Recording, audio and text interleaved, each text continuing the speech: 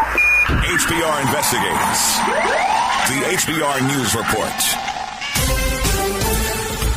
Youth unemployment, especially within the IT sector, affects the social and economic development of Kenya as a center for not only tech, but also business. Although the demand for higher skilled and educated graduates has increased steadily over the past decade, young people seeking jobs with a tertiary education in the information sciences may still struggle to get their first grip on the labor market.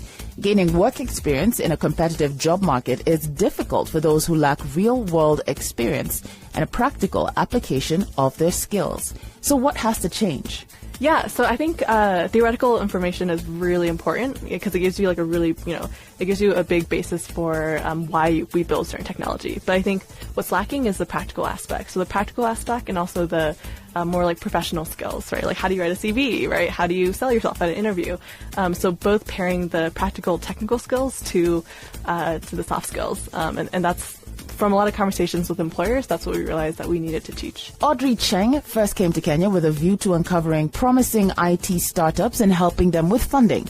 What she saw instead was an opportunity to tap into a booming market that was struggling with how to address that lack of practical experience. Hence the start of the Moringa School, a software developer accelerator based in Nairobi, whose goal is to build human capacity by training people of varied technical ability in a holistic way through a focus on both technical proficiency as well as personal growth. Moringa wants its graduates to be effective learners and contributors, as well as well-rounded employees and leaders. Yeah, so I think if you talk to a lot of employers have their own internal training programs, right? Because from the universities, the students aren't learning enough in order to get into their first job as a full-time employee, not just as an intern.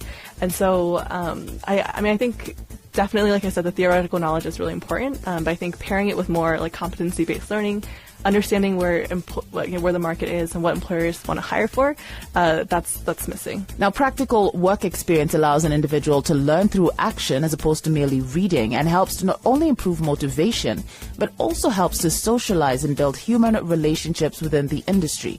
Research by the British Council found that the higher education system in Kenya has expanded considerably over the past 10 years. However, there are significant quality issues in many universities, and that a large percentage of graduates lack the skills needed to gain and hold suitable employment. This doesn't spell doom for the industry, however, just the understanding that our attitudes to education have to evolve. Technology is always changing.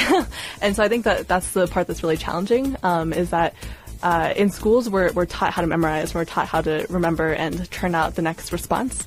But I think what people really need is learning how to learn, right? And also having schools stimulate what a real working environment is. And I think that's really what's lacking, is that when we go to school, we have a lecturer talking to us, half of us are sleeping, the other half aren't there. And so I think schools also don't simulate what the real working world is like. I think kind of balancing that and finding a way to match it is really important. Now, Africa is home to some of the world's fastest growing economies, and information science will continue to be one of its driving industries as long as we keep young people and their education as well as their personal growth at the heart of it. For HBR News, I'm DELLA.